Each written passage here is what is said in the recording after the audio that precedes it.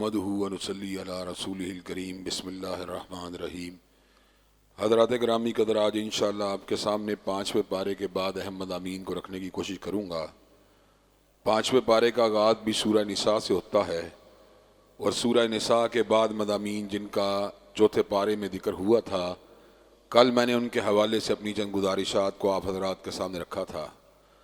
5ویں پارے کے آغاز میں اللہ تبارک و تعالیٰ اس بات کا ذکر فرماتے ہیں، یا ایھا الذین آمنوا لا تاکلوا اموالکم بینکم بالباطل الا ان تکون تجارۃ عن تراض منکم، کہ انسان کے لیے بات جائز نہیں، کسی مومن و مسلمان کے لیے، کہ وہ اپنے بھائی کے مال کو ناجائز طریقے سے ہڑپ کرے۔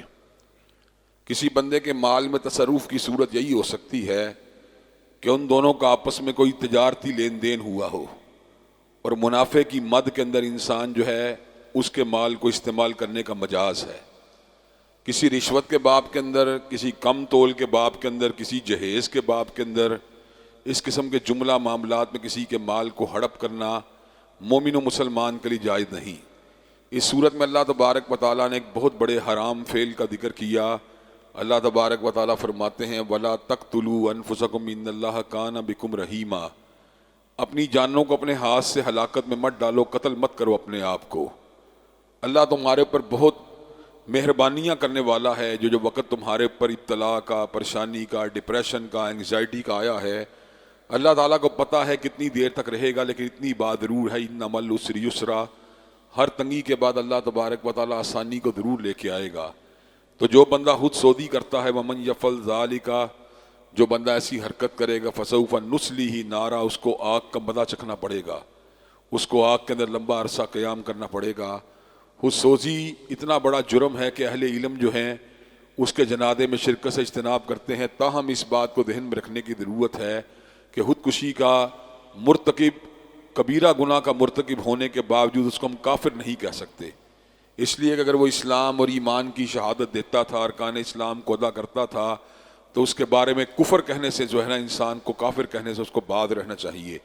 اس صورت میں اللہ تبارک و تعالیٰ نے اس بات کا بھی ذکر کیا، الرجال قوامون علی النساء بما فضل اللہ بعضهم علی بعض وبما انفقوا من اموالہم، اللہ نے مردوں کو گھریلو معاملات کے اندر قوام کی حیثیت دی ہے، ایک گنا برتری دی ہے عورت کے مقابلے میں، حاکم کی حیثیت دی ہے، اور اس کی دو وجوہات ہیں۔ پہلی وجہ وہبی ہے، یعنی اللہ اگر کسی بات کو ڈیسائیڈ کر لے تو اس میں کویشچن والی بات ہی کوئی نہیں ہوتی، کہ اللہ نے فوقیت دے دی۔ جب اللہ کسی کو فوقیت دے دے تو اس میں کویشچن والی کون سی بات ہے؟ اور دوسری وجہ اقتصابی ہے۔ وہ وجہ کیا ہے؟ وَبِمَا أَنفَقُوا مِنْ أَمْوَالِهِمْ، کہ گھریلو معاملات کو چلانے کے لیے بالعموم مرد اپنے مال کو خرچ کرتا ہے، نان نفقہ عورت کا مرد کے ذمے ہوتا ہے۔ اس لیے ایک فضیلت تو وہ ہے جو اللہ نے اس کو عطا کی ہے، اور فضیلت کی دوسری وجہ یہ ہے وہ اپنے مال کو اللہ تبارک و تعالیٰ کے راستے میں خرچ کرتا ہے، گھر کے کاموں کو چلانے کے لیے خرچ کرتا ہے۔ اب سوال یہ پیدا ہوتا ہے، اگر عورت اپنے گھر کے معاملات کے اندر خرچ کرنا شروع کر دے، مرد غریب ہو، تو کیا عورت اس کے اوپر قوام ہو جائے گی؟ نہیں، پہلی بات پھر بھی برقرار رہے گی، بما فضل اللہ بعضهم علی بعض، اس لیے کہ اللہ تبارک و تعالیٰ نے مرد کو گھریلو امور کے اندر فوقیت دی ہے۔ عورت اپنے گھر کے معاملات کا ایکسپینس بھی برداشت کرے، پھر بھی الٹیمیٹ ڈیسیجن جو ہے اللہ تبارک و تعالیٰ نے مرد کا رکھا ہے۔ ہاں یہ بات ضرور ہے، وَلَهُنَّ مِثْلُ الَّذِي عَلَيْهِنَّ بِالْمَعْرُوفِ وَلِلرِّجَالِ عَلَيْهِنَّ دَرَجَةٌ، کہ جس طرح مردوں کے حقوق ہیں اسی طرح عورتوں کے حقوق بھی ہیں، لیکن کیا ہے؟ وَلِلرِّجَالِ عَلَيْهِنَّ دَرَجَةٌ، اللہ نے ایک درجہ مرد کو جو فوقیت دی ہے اس فوقیت سے انکار کرنا ممکن نہیں۔ یہ جو مساوات مرد و زن کا نعرہ لگاتے ہیں، پتہ کس بات میں منتج ہوتا ہے؟ سپریشن کے اوپر، ڈائیورس کے اوپر، خلا کے اوپر، نچاکیوں کے اوپر، لڑائیوں کے اوپر، ڈومیسٹک وائلنس کے اوپر۔ تو حضرات گرامی قدر، شرح طلاق کو گھٹانے کے لیے اور ایک کامیاب ازدواجی زندگی کو گزارنے کے لیے مرد کی ایک درجہ فوقیت کو تسلیم کرنے کے ساتھ ہی خاندان جو ہے اچھے طریقے سے آگے موو کر سکتا ہے۔ اگر عورت مرد کی فوقیت کو تسلیم نہ کرے تو اس کے نتیجے کے اندر نچاکیاں پیدا ہوتی ہیں، اس کے نتیجے کے اندر الجھاؤ پیدا ہوتا ہے۔ اللہ تعالیٰ نے قرآن مجید میں یہ بات مرد کو حکم دیا ہے، وَعَاشِرُوهُنَّ بِالْمَعْرُوفِ، مرد کو عورتوں کے ساتھ حسن سلوک کرنا چاہیے۔ اللہ کے نبی نے یہ بات کہی ہے، خیرکم خیر لأہلہ، تم میں سے بہترین شخص وہ ہے جو اپنی اہلیہ کے ساتھ حسن سلوک کرنے والا ہے۔ لیکن اس کے باوجود اگر کہیں کنفلکٹ آ جائے، کہیں سوچوں کا اختلاف آ جائے، تو الٹیمیٹ ڈیسیجن کا اختیار مرد کے پاس ہوگا. اگر آپ مرد کو گھر کے ڈرائیور کے طور پر، گاڑی کے ڈرائیور کے طور پر قبول کر لیں تو اس صورت کے اندر معاملات بہترین طریقے سے چلتے جائیں گے. لیکن اگر عورت ڈرائیونگ سیٹ کے اوپر بیٹھنے کی کوشش کرے تو معاملات کے اندر بہتری نہیں بلکہ معاملات میں بگاڑ پیدا ہوگا. خاندانی نظام کو قوت دینے کے لیے، طاقت دینے کے لیے اور شرح طلاق کو گھٹانے کے لیے اور معاشرے میں اکھاڑ اور پچھاڑ کو روکنے کے لیے اللہ تبارک و تعالیٰ نے جو مرد کو ایک قوام کی حیثیت دے رکھی ہے اس کو تسلیم کرنے ہی کے اندر عافیت موجود ہے. اس صورت میں اللہ تبارک و تعالیٰ نے اس بات کا بھی ذکر کیا کہ ایک دور تھا جس وقت شراب حرام تھی، شراب ابھی حرام نہیں ہوئی تھی، تو اس وقت اللہ تبارک و تعالیٰ فرماتے ہیں یا ایھا الذین آمنوا لا تقربوا الصلاۃ وانتم سکارى حتی تعلموا ما تقولون، کہ تم اس وقت جس وقت نشے کی حالت میں ہو تم نے نماز کے قریب نہیں جانا یہاں تک کہ تمہیں اس بات کا ادراک ہو جائے کہ جو کلمات تمہاری زبان سے نکل رہے ہیں ان کی حیثیت کیا ہے. لیکن یہ اس وقت کی بات ہے جب ابھی تک شراب حرام نہیں ہوئی تھی. جب حرام ہو گئی تو پھر بات بالکل واضح ہو گئی. انما الخمر والمیسر والازلام والانصاب والازلام رجس من عمل الشیطان، بے شک شراب، بے شک جوا، بے شک پانسا، بے شک بت گری سارے کے سارے شیطانی کام ہیں. بس ان کاموں سے بچ جانا چاہیے تاکہ انسان کامیاب اور کامران ہو جائے. ان کے نقصانات میں سے اللہ نے دو بڑے نقصان بتلا دیے. انما یرید الشیطان ان یوقع بینکم العداوۃ والبغضاء فی الخمر والمیسر ویصدکم عن ذکر اللہ وعن الصلاۃ. ان افعال کے ذریعے، شراب اور جوئے کے ذریعے انسانوں کو شیطان آپس میں لڑاتا بھی ہے اور اللہ تعالیٰ کے ذکر سے دور بھی رکھتا ہے. یہ جو آپ نے کرکٹ میں یا دیگر کئی کھیلوں پہ جوا لگتے کی باتیں آپ نے سنی ہوں گی، بکیے کتابیں کھول کے جناب وہاں پر بیٹھے ہوتے ہیں، بس یار یہ شاٹ، بس یہ گیند، بس یہ بیٹ، بس یہ ہٹ. پھر کیا ہوتا ہے، ظہر کی نماز بھی نکل گئی، عصر کی نماز بھی نکل گئی، مغرب کا وقت بھی سارے کے سارے معاملات اڑ گئے. جو سنوکر میں جوا لگاتے ہیں، کوئی کیرم میں جوا لگاتا ہے، کوئی لوڈو پہ جوا لگاتا ہے، جوا خاک کسی بھی چیز کے اوپر لگایا جائے وہ حرام ہی حرام ہے. اس کی اسلام کے اندر کوئی گنجائش موجود نہیں ہے. اس صورت میں اللہ تبارک و تعالیٰ نے اس بات کا بھی ذکر کیا ان اللہ لا یغفر ان یشرک بہ ویغفر ما دون ذلک لمن یشاء. اور بڑی ہی یہ بات دلچسپ اور نقطہ آفری بات ہے، توجہ طلب بات ہے کہ اس اکیلی صورت میں یہ آیت دو دفعہ آئی ہے. ان اللہ لا یغفر ان یشرک بہ ویغفر ما دون ذلک لمن یشاء. ایک اور مقام پہ اللہ نے یہی بات ارشاد فرمائی ان اللہ لا یغفر ان یشرک بہ. تو اللہ تبارک و تعالیٰ اپنی ذات کے ساتھ کیے گئے شرک کو کبھی معاف نہیں کریں گے. اس کے علاوہ جس گناہ کو چاہے معاف کر دیں. آپ نے طوائف کا واقعہ تو سنا ہوا ہے، جس نے کتے کو پانی پلایا، اللہ نے کتے کو موزے کے ساتھ پانی پلانے کی وجہ سے اس بری عورت کی خطا کو معاف کر دیا. لیکن حضرات گرامی کا جو بندہ شرک کے اوپر مر گیا اس کو کبھی امن نہیں مل سکتا، اس کو کبھی چین نہیں مل سکتا، اس کو کبھی عافیت نہیں مل سکتی، اس کو کبھی کوثر کا جام نہیں مل سکتا، اس کو کبھی جنت کے بالا خانے نہیں مل سکتے، اس کو کبھی حوروں کی رفاقت نہیں مل سکتی، اس کو کبھی غلمان کی خدمت نہیں مل سکتی، اس کو کبھی اللہ تبارک و تعالیٰ کی رحمت کا نزول نہیں ہو سکتا. عبداللہ ابن جدان کا واقعہ ہمارے سامنے ہے. وہ جو مہمان نواز تھا، وہ جو غریب پرور تھا، وہ جو مسافروں کی حمایت کرنے والا تھا، جب اس نے اللہ تبارک و تعالیٰ کی ملاقات کی تیاری نہیں کی، جب یوم حساب میں اپنی بخشش کی دعا نہیں مانگی، جب اس نے اندھیرے کے اندر اپنی زندگی کو گزار دیا، تو حضرت رسول اللہ نے سیدہ عائشہ کو کہا تھا وہ کامیاب نہیں ہوا، وہ جو ہے جنت میں نہیں جا سکتا، اس کو مغفرت نہیں مل سکتی. کیوں؟ اس لیے کہ وہ شرک کے اوپر مرا. حضرات گرامی کا اگر شرک نہ ہو تو کتے کو پانی پلانے کے ساتھ بھی انسان بخشا جا سکتا ہے، اور اگر شرک ہو تو مسافروں کی خدمت کرنے کے باوجود، مظلوموں کی حمایت کرنے کے باوجود اور انسانیت کے کام آنے کے باوجود انسان بخشا نہیں جا سکتا. حضرات گرامی کا حضرت ابراہیم علیہ السلام کے والد آدر کا واقعہ ہمارے سامنے ہے. اب جب قیامت کا دن آئے گا تو بابا آدر کے حوالے سے حضرت ابراہیم جب سفارش کریں گے تو اللہ تبارک و تعالیٰ بجو کی شکل دے کے جہنم کی آگ میں پھینک دے گا. اور اللہ نے قرآن مجید میں حضرت ابراہیم علیہ السلام کی پوری زندگی کو اسوہ قرار دیا، مگر یہ بات کہی اللہ قول ابراہیم لابیہ لاستغفرن لک، کہ ابراہیم نے جو اپنے بابا آدر کو کہا تھا میں تیری دعائیں مغفرت کروں گا، ابراہیم کی وہ بات حجت نہیں بن سکتی. باقی پوری ابراہیم کی زندگی ہمارے لیے بہترین نمونہ ہے. سیدنا نوح کی بیوی ہو یا سیدنا لوط کی اہلیہ ہو یا چچا ابو لہب ہوں یا بابا آزر ہوں یا حضرت نوح علیہ السلام کا بیٹا ہو جو شرک کے اوپر چلا گیا، ان اللہ لا یغفر ان یشرک بہ ویغفر ما دون ذلک لمن یشاء، اللہ ہر گناہ کو معاف کر دے گا مگر اس گناہ کو معاف نہیں کرے گا۔ اللہ تبارک و تعالیٰ اس صورت میں جہنم کی شدت کی عذاب کا بھی ذکر کرتے ہیں۔ اللہ تبارک و تعالیٰ فرماتے ہیں ان الذین کفروا بآیاتنا سوف نصلیہم نارا کلما نضجت جلودہم بدلناہم جلودا غیرہا لیذوقوا العذاب، کہ جس وقت قیامت کا دن آئے گا جہنمیوں کو جہنم میں ڈالا جائے گا تو جہنم کی آگ جو ان کی کھالوں کو اتار دے گی، تو اللہ تبارک و تعالیٰ پتہ کیا کریں گے؟ نئی کھال چڑھا دیں گے۔ کیوں؟ لیذوقوا العذاب، تاکہ عذاب کے اندر کسی قسم کی کمی نہ ہو۔ جہنم کے عذاب کی پتہ کیا کیفیت ہے؟ لا یموت فیہا ولا یحیا، کہ نہ تو انسان مرا ہوگا نہ زندہ کی حالت میں ہوگا، اس کو بار بار عذاب کے چکر سے گزرنا پڑے گا۔ حضرات گرامی قدر، ایک بندہ جو سائنس کا بیولوجی کا بہت بڑا ماہر تھا، وہ صرف اس آیت کی وجہ سے قبول اسلام اس کو اللہ نے توفیق دے دی۔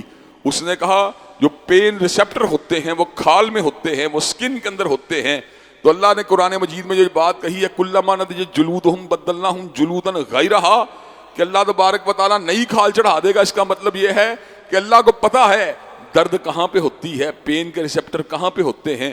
اس اکیلی بات کے اوپر اس نے اسلام کو قبول کر لیا۔ اس صورت میں اللہ نے اس بات کا بھی ذکر کیا یا ایھا الذین آمنوا اطیعوا اللہ واطیعوا الرسول واولی الامر منکم فإن تنازعتم فی شیء فردوہ الی اللہ والرسول ان کنتم تؤمنون باللہ والیوم الآخر۔ حضرات گرامی کے کمال کی آیت ہے، پورا کا پورا دین سمجھنے کا اس میں پورا اللہ نے چارٹر بیان کر دیا ہے۔ اللہ کی اطاعت کرو، رسول اللہ کی اطاعت کرو، اپنے حاکموں کی بات کو مانو، اپنے علماء کی بات کو مانو، لیکن اگر تنازع ہو جائے، علماء کی بات سے تنازع ہو جائے، سمجھ میں نہ آئے، حاکم کی بات سے تنازع ہو جائے، سمجھ میں نہ آئے، اب حاکم کی بات نہیں چلے گی، اب عالم کی بات نہیں چلے گی، فردوہ الی اللہ والرسول، اب اللہ اور اس کے رسول کی بات چلے گی، اس کے اوپر اسی کو حرف آخر مانا جائے گا۔ علماء کی بات اس وقت تک مانی جائے گی جب تک اس کے اوپر کویسچن مارک نہیں آتا، عالم کی بات تب تک مانی جائے گی جب تک اس کے اوپر سوالیہ نشان نہیں آتا، عالم کی بات تب تک مانی جائے گی جب اس کو سن کے تشویش پیدا نہیں ہوتی۔ ونس سوالیہ نشان آ گیا، لوگوں کے دل کے اندر خلش آ گئی، اب عالم کی بات حجت نہیں رہی، اب عالم کی بات کو عدالت علیہ میں پیش کیا جائے گا، اللہ رسول کی عدالت میں پیش کیا جائے گا۔ اگر عالم کی بات اللہ رسول کی بات کے مطابق ہے مان لیا جائے گا، اگر مطابق نہیں تو اس کو مسترد کر دیا جائے گا۔ تو حرف آخر اسلام میں کس کی بات ہے؟ یا رب کریم کی بات ہے، یا بدر منیر کی بات ہے، کسی تیسری ہستی کی بات حرف آخر نہیں ہے۔ ہاں علماء کی بات کنڈیشنلی مانی جا سکتی ہے، شرط کے ساتھ مانی جا سکتی ہے، حاکم وقت کی بات شرط کے ساتھ مانی جا سکتی ہے، لیکن اگر پنجاب کی وزیر اعلیٰ یہ بات کہے ہم ٹرانسجینڈرز کو حقوق دیں گے، اس کی اس بات کو نہیں مانا جا سکتا۔ حضرات گرامی قدر، کوئی بھی ایسی بات جو خلاف شریعت ہو اس کے اندر نہ سپریم کورٹ کی بات حجت ہے، نہ ہائی کورٹ کی بات حجت ہے، نہ اسمبلی کی بات حجت ہے۔ حضرت رسول اللہ کو یہ اعزاز حاصل ہے پوری انسانیت کو ایک پلڑے میں ڈالا جائے اور تنہا مصطفیٰ کو دوسرے پلڑے میں ڈالا جائے۔ حضرت رسول اللہ کی بات کائنات کی ہر بات کے اوپر سپر سیڈ کرے گی، ہر بات پہ فوقیت لے کے جائے گی، کائنات کے اندر کوئی بات آپ کی بات پہ غالب نہیں آ سکتی۔ حضرات گرامی کی صورت میں اللہ نے اس بات کا بھی ذکر کیا ان اللہ یأمرکم ان تؤدوا الامانات الی اہلھا، کہ اللہ تبارک و تعالیٰ اس بات کا حکم دیتے ہیں جو ایمانتوں کے حقدار ہیں ان کو ایمانت سونپی جائے۔ اسلام میرٹ کے اوپر یقین رکھتا ہے، عدالت پہ یقین رکھتا ہے۔ ایک بندہ کمپیٹنٹ ہے، وہ قرآن مجید پڑھانے کے قابل ہے، اس کو مصلی پہ کھڑا ہونا چاہیے۔ ایک شخص عالم فاضل ہے، اس کو ممبر و محراب پہ موجود ہونا چاہیے۔ ایک بندہ کمپیٹنٹ ڈاکٹر ہے، اس کو ہسپتال کے اندر اپنی ڈیوٹی پہ ہونا چاہیے۔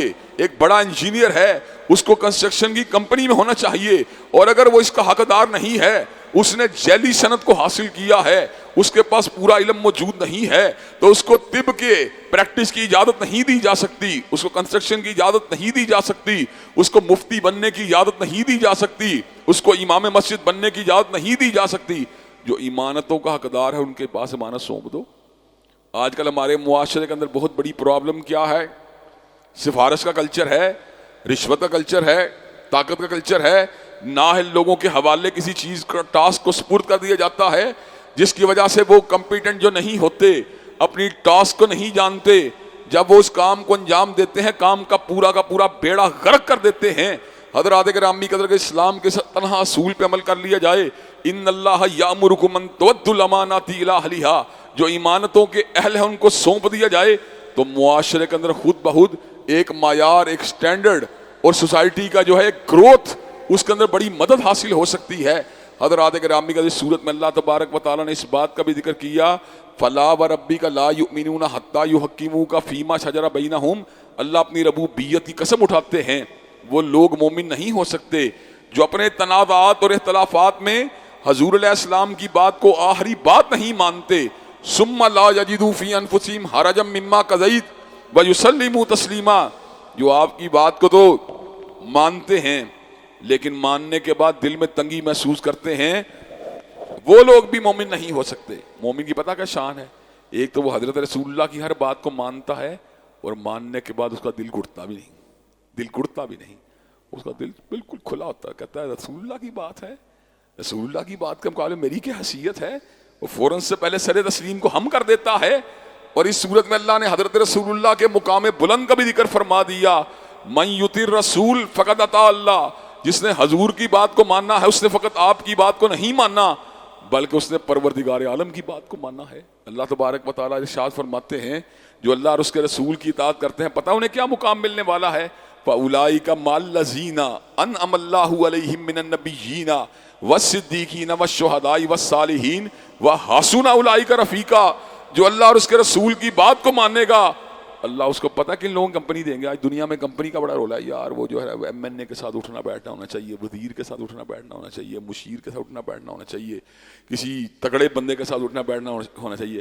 اللہ نے کہا اللہ رسول کی اطاعت کرو، فَأُولَٰئِكَ مَعَ الَّذِينَ أَنْعَمَ اللَّهُ عَلَيْهِم مِّنَ النَّبِيِّينَ وَالصِّدِّيقِينَ وَالشُّهَدَاءِ وَالصَّالِحِينَ، جو اللہ رسول کی بات کو مانے گا اس کو انبیاء، صدیقین، شہداء اور صلحاء کی کمپنی حاصل ہوگی، وَحَسُنَ أُولَٰئِكَ رَفِيقًا، اور اس سے بہتر کمپنی تو کسی اور کی نہیں ہو سکتی۔ حضرات گرامی قدر، اگر آپ چاہتے ہیں آپ کو بہترین کمپنی حاصل ہو جائے تو اس کا طریقہ ہے اللہ اور رسول کی اطاعت کرتے جائیے، جہاں پہ جنت میں حوروں کی رفاقت ملے گی، غلمان کی خدمت ملے گی، حریر و دیبا کے لباس ملیں گے، وہاں رفاقت بھی عظیم ہستیوں کی ملے گی، اور جہاں پر مزہ آ جائے گا پھر ان کی کمپنی میں اٹھنے بیٹھنے کا، وہ دل جو ہے جن کی دید کے لیے ترستا رہا اور دل جن کی دید کے لیے بے تاب اور بے قرار رہا، جب ان کی کمپنی اٹھنے بیٹھنے کی حاصل ہو جائے گی تو اس سے بڑی سعادت کا اور کیا مقام ہو سکتا ہے۔ حضرات گرامی قدر، اس صورت میں اللہ تبارک و تعالیٰ نے ایک بہت بڑے کبیرہ گناہ کا بھی ذکر کیا، ایک مومن کا قتل، بہت بڑے گناہ کی بات ہے۔ جو لوگ مومن کے قتل کو معمولی سمجھتے ہیں ان کو اپنی اصلاح کرنی چاہیے۔ مومن کو قتل کرتا ہی نہیں، اگر کرے تو غلطی سے قتل کر دیتا ہے تو اس کو اس کے بدلے پھر دیت دینی چاہیے، پوری کی پوری دیت دینی چاہیے۔ اگر دیت دینے کا حل نہ ہو پھر پتہ کیا کرنا چاہیے، ایک غلام آزاد کرنا ہے، دیت دینی ہے، یہ دونوں کام کرنے کا حل نہ ہو پھر پتہ کیا ہے، فَصِيَامُ شَهْرَيْنِ مُتَتَابِعَيْنِ تَوْبَةً مِّنَ اللَّهِ، غلطی سے فائر پن صاف کرتے ہوئے جو ہے اسلحے کی گولی چل گئی، مومن کو لگ گئی، مارنے کا ارادہ نہ تھا، اللہ کو مومن سے اتنا پیار ہے کہ 2 مہینے کے لگاتار روزے رکھیں پھر اللہ اس غلطی کو معاف کرے گا۔ یہ غلطی سے قتل خطا کا کفارہ ہے، اور جان بوجھ قتل کرنا، وَمَن يَقْتُلْ مُؤْمِنًا مُتَعَمِّدًا فَجَزَاؤُهُ جَهَنَّمُ خَالِدًا فِيهَا وَغَضِبَ اللَّهُ عَلَيْهِ وَلَعَنَهُ وَأَعَدَّ لَهُ عَذَابًا عَظِيمًا، جو جان بوجھ کے مومن کو مارے گا اس کے اوپر اللہ کی لعنت ہے، اس کا غصہ ہے، جہنم کے دہکتے ہوئے انگارے ہیں، اور ایسے بندے کے لیے اللہ نے دردناک عذابوں کو تیار کر دیا ہے۔ اس صورت میں اللہ تبارک و تعالیٰ نے ان لوگوں کا بھی ذکر کیا جو بلاد اسلامیہ کو چھوڑ کے بلاد کفر میں مقیم ہوتے ہیں۔ بلاد اسلامیہ کو کبھی نہیں چھوڑنا چاہیے، بڑی غلطی کرتے ہیں لوگ۔ آپ سعودی عرب چلے جائیں کوئی بات نہیں، آپ انڈونیشیا چلے جائیں کوئی بات نہیں، ملیشیا چلے جائیں کوئی بات نہیں، آپ مالدیو چلے جائیں کوئی بات نہیں، برونائی چلے جائیں کوئی بات نہیں، کمانے کے لیے کویت چلے جائیں، قطر چلے جائیں، بحرین چلے جائیں، لیکن اگر آپ بلاد اسلامیہ کو چھوڑ کر ایسی جگہوں پہ چلے جاتے ہیں جہاں پر آپ کو اپنے دین کو ایکسرسائز کرنے میں جو ہے اس کی اجازت نہیں ملتی، جس طرح فرانس ہے، جرمنی ہے، وہاں پر مسلمان عورت حجاب و نقاب بھی نہیں کر سکتی، مسلمان اپنے امور دینیہ کو بھی انجام نہیں دے سکتے، تو ایسی صورت میں جب بندے کو وہاں پہ موت آ جائے گی اور اس نے صحیح طور پہ دین پہ عمل نہیں کیا ہوگا، فرشتے اس کو یہ بات کہیں گے، ہاں جی کیا کرتا رہا، کہا میں تو کمزور تھا، میں نے پورے اعمال اس لیے نہیں کیے. کہا تو کمزور نہیں تھا, اللہ کی زمین بڑی وسیع تھی, اللہ کی زمین میں ہجرت کے امکانات موجود تھے, اگر تو ہجرت کرنا چاہا ہجرت کر سکتا تھا, تو نے ہجرت نہیں کی, چنانچہ تیرے لیے اللہ نے عذاب کو تیار کر دیا ہے. ہاں اللہ تبارک و تعالیٰ فرماتے ہیں کوئی بوڑھا ہو, کوئی بچہ ہو, کوئی ناتواں عورت ہو تو اس کا معاملہ الگ ہے, اس کو اللہ تبارک و تعالیٰ جو ہے اس کو معاف کر دے گا. اللہ تبارک و تعالیٰ کہتے ہیں جو بندہ ہجرت کرتے ہوئے اپنے گھر سے نکل جاتا ہے اور اس کو راستے میں موت آ جاتی ہے تو اللہ تبارک و تعالیٰ نے اس کے لیے اجر عظیم کو تیار کر دیا, اس کے گناہوں کو اللہ تعالیٰ معاف کر دے گا. بیرون ملک جو بلادے جو غیر اسلامی ممالک ہیں وہاں پہ جانے کی تین صورتیں ہیں. تبلیغ کی نیت کے ساتھ, ایک ایسا علاج کروانے کے لیے جو بلاد اسلامیہ موجود نہ ہو, ایک ایسا علم حاصل کرنے کے لیے جس کی مسلمانوں کو ضرورت ہو اور وہ مسلمان ملکوں میں اویلیبل نہ ہو. اس کے علاوہ کوئی جھوٹی صورت ایسی نہیں جس کے لیے ان ملکوں کو ٹریول کیا جائے, ان ملکوں میں جایا جائے. کئی لوگ جناب والا یہاں برس سے ولایت میں رہ رہے ہیں, کوئی کہیں رہ رہا ہے. نتیجہ کیا نکلتا ہے؟ اس ملٹی کلچرل اور ملٹی ریشیل سوسائٹی میں رہتے ہوئے پتہ نتیجہ کیا نکلتا ہے؟ وہاں حضرت رسول اللہ کی ذات پہ تنقید بھی ہوتی ہے, اسلام پہ تنقید بھی ہوتی ہے, شاعر اسلام پہ تنقید بھی ہوتی ہے, سوالات بھی ہوتے ہیں. بندے کا دماغ آہستہ آہستہ جو ہے کھرج جاتا ہے اور بندے کے دل میں اسلام کی, شاعر دین کی, پیغمبر دین کی وہ محبت نہیں رہتی. اور نتیجہ تو کیا نکلتا ہے؟ یہ جب یہ محبت سے دل خالی ہو جاتا ہے, ایمان سے دل خالی ہو جاتا ہے تو الٹیمیٹلی ڈیزاسٹر, ڈسٹرکشن, تباہی اور بربادی اس کا مقدر بن جاتی ہے. اس صورت میں اللہ نے اس بات کا ذکر کیا کہ نماز بڑی اہم عبادت ہے. ہاں کچھ ہو جائے نماز نہیں چھوڑنی, حتیٰ کہ جہاد بھی اگر ہو تو صلاۃ الخوف ایک رکعت گرتے پڑھتے ادا کر لینی ہے. آدھے لشکر نے, باقی آدھے لشکر نے پھر جناب ان کے پیچھے اسلحہ تان کے کھڑے ہونا ہے, انہوں نے بھی ادا کر لینی ہے. اور جب اللہ تعالیٰ فتح یاب کر دے یا جنگ کا وقت ختم ہو جائے تو اللہ تعالیٰ فرماتے ہیں ان الصلاۃ کانت علی المؤمنین کتابا موقوتا, اب دوبارہ صحیح وقت کے اوپر بھرپور طریقے سے نماز کو ادا کرنا شروع کر دو. یہاں بڑے بڑے تگڑے لوگ روزہ نہیں رکھتے, بڑے بڑے صحت مند لوگ جو ہے نمازوں کو نہیں پڑھتے. ان چیزوں کے بعد ایک ہی بات سننے کو ملتی ہے, اللہ بڑا مہربان ہے, اللہ بڑا مہربان. اللہ یقیناً مہربان ہے, لیکن تم نے اللہ کے لیے کیا کیا؟ تم نے کوئی اپنے لیے زادرہ اکٹھا بھی کیا کہ نہیں؟ کیا تم نے اللہ کے پاس ارکان دین کو بھی بھیجا کہ نہیں؟ جانتے بوجھتے جناب روزہ رکھو, روزہ رکھنے سے بھی تم قاصر ہو, نماز ادا کرنے سے قاصر ہو, حج کرنے سے قاصر ہو. کس منہ سے اس بات کی امید کرتے ہو کہ ارکان اسلام کو گرا کر اور اسلام کی بلڈنگ کو زمین بوس کر والی اسلام سے, اللہ تبارک و تعالیٰ کی ذات سے اس بات کی توقع کرتے ہو کہ تمہاری جو ہے تمہارے پہ اپنی مغفرت کی چادر کو ڈالے گا؟ ان ینصرکم اللہ یا ایھا الذین آمنوا ان تنصروا اللہ ینصرکم, اگر تم اللہ کی مدد کرو گے وہ تمہاری مدد کرے گا. اللہ کی مدد کا مطلب تو اس کے دین کو تھامو گے وہ تمہاری مدد کرے گا, تمہارے قدموں کو مضبوط کرے گا. اگر تم نے دین کو پورا گرا دیا اور پھر مغفرت کا چکر میں لگے رہے تو یہ تمہارا انصاف نہیں ہے, یہ تمہاری بہت بڑی زیادتی کی بات ہے. اس صورت کے آخر میں جا کر, اس پارے کے آخر میں اللہ تبارک و تعالیٰ فرماتے ہیں منافق جو ہوتے ہیں وہ اللہ کو دھوکہ دیتے ہیں, اہل ایمان کو دھوکہ دیتے ہیں, حقیقت میں اپنے آپ کو دے رہے ہوتے ہیں. اور ان کا پہچان نہ ہو منافق کون ہے, نمازیں دیکھ کے پہچان لو.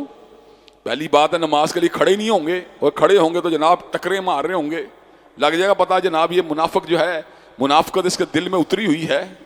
اور پھر اللہ تبارک و تعالیٰ فرماتے ہیں ان المنافقین فی الدرک الاسفل من النار ولن تجد لهم نصیرا, اللہ نے منافقوں کے لیے جہنم کے سب سے دہکتے ہوئے انگاروں کو اور گھڑوں کو تیار کر دیا ہے اور ان کا کوئی مددگار نہیں ہوگا. لیکن اللہ واقعی مہربان ہے, اللہ واقعی مہربان ہے. اللہ تعالیٰ کہتا ہے ہاں ایک صورت ہے. اللہ وہ کیا صورت ہے؟ الا الذین تابوا واصلحوا واعتصموا باللہ واخلصوا دینہم للہ فاولئک مع المؤمنین وسوف یؤتی اللہ المؤمنین اجرا عظیما. ہاں ایک ایسا منافق جو 30 40 50 سال تک منافق رہا لیکن اب اس نے توبہ کر لی, اپنی اصلاح کر لی اور اللہ کو مضبوطی کے ساتھ پکڑ لیا, واخلصوا دینہم للہ, اور اپنے دین کو اللہ کے لیے خالص کر دیا, فاولئک مع المؤمنین. اب فیس سیونگ پوری ہے, اللہ راز فاش بھی نہیں کرے گا اور اس کا نام منافقت کے جسر سے نکال کے ایمان والوں کے جسر میں داخل کر دے گا. اور پھر کیا کرے گا؟ وسوف یؤتی اللہ المؤمنین اجرا عظیما, اور اللہ نے مومنوں کے لیے بہت بڑے اجر کو تیار کر رکھا ہے. اور آخری بات جو اس پارے کی انتہائی توجہ طلب ہے وہ یہ ہے ما یفعل اللہ بعذابکم ان شکرتم وآمنتم وکان اللہ شاکرا علیما. اللہ بغیر وجہ کے لوگوں کو عذاب نہیں دیتے. جو شکر کرتا ہے ایمان کرتا ہے اللہ کو کیا دل اس کو عذاب دینے کی. ایک بڑی خوبصورت آیت جو اس آیت کی تائید میں ہے 10ویں پارے میں، وہ بڑی خوبصورت بات اللہ نے کہی، ذالک بان اللہ.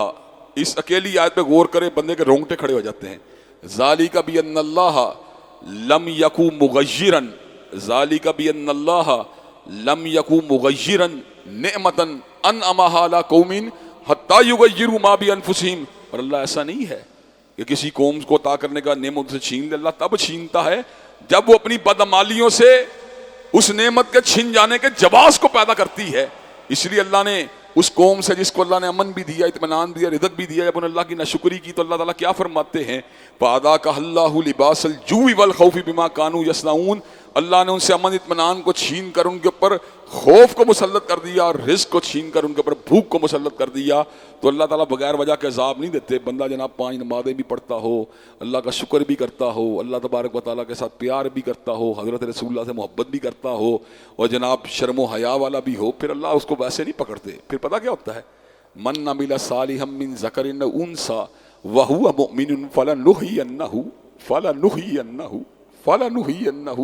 حیاتا طیبۃ. جو بھی نیک عمل کرے گا، مرد ہو یا عورت ہو اور مومن ہو، فلنحینہ حیاتا طیبۃ، اللہ اس کو طاقت والی پاکیزہ زندگی عطا فرمائیں گے، سکون والی زندگی عطا فرمائیں گے. ساری زندگی تجربے کیے، جب اللہ سے صحیح معنوں میں تعلق نہ ہوا تو بے چینیوں نے حملہ آور ہوئی، اور جب معافی اور اس کے رجوع والا راستہ اپنایا تو پھر سکینت اور آسمان سے اطمینان بھی اترا. اللہ تبارک و تعالی ہمیں ہمیشہ سکون اطمینان والی زندگی عطا فرمائے، ایمان والی، شکر گزاری والی، اللہ کی تابعداری والی زندگی نصیب فرمائے. وآخر دعوانا الحمدللہ رب العالمین. الحمدللہ رب العالمین الرحمن الرحیم مالک یوم الدین. ایاک نعبد و ایاک نستعین اہدنا الصراط المستقیم صراط الذین انعمت علیہم غیر المغضوب علیہم ولا الضالین آمین. الف لام میم اللہ لا الہ الا هو الحی القیوم وإلہکم الہ واحد لا الہ الا هو الرحمن الرحیم. اللہم صلی علی محمد وعلی آل محمد کما صلیت علی ابراہیم وعلی آل ابراہیم انک حمید مجید. اللہم بارک علی محمد وعلی آل محمد کما بارکت علی ابراہیم وعلی آل ابراہیم انک حمید مجید. اے اللہ ہم سب کے گناہوں کو معاف فرما دے. اے اللہ ہم سب کی تکلیفوں کو رفع فرما. اے اللہ ہم سب کی بے چینیوں بے قراریوں کو دور فرما. اے اللہ ہم سب کے گھروں میں امن و سکون اور راحتوں کا نزول فرما. اللہ جتنی تکلیفیں آ چکی ہیں ان پر صبر کرنے والا بنا. اللہ آئندہ والی زندگی میں ہر تکلیف سے، ہر آزمائی سے ہم سب کو محفوظ و مامون فرما. اے اللہ دین و دنیا کی اعلیٰ ترین کامیابیوں کامرانیوں سے ہمکنار فرما. دنیا و آخرت کی جو ہے ذلت و رسوائیوں سے محفوظ و مامون فرما. اے اللہ ایمان والی زندگی، ایقان والی زندگی، توکل والی زندگی، امید والی زندگی، مغفرت والی زندگی، شکر گزاری والی زندگی نصیب فرما. اللہ ہم سب کو حیات طیبہ عطا فرما. ہم سب کو حیات طیبہ عطا فرما. ربنا ظلمنا انفسنا وان لم تغفر لنا وترحمنا لنكونن من الخاسرین. لا الہ الا انت سبحانک انی کنت من الظالمین. اللہم صلی علی محمد وعلی آل محمد کما صلیت علی ابراہیم وعلی آل ابراہیم انک حمید مجید.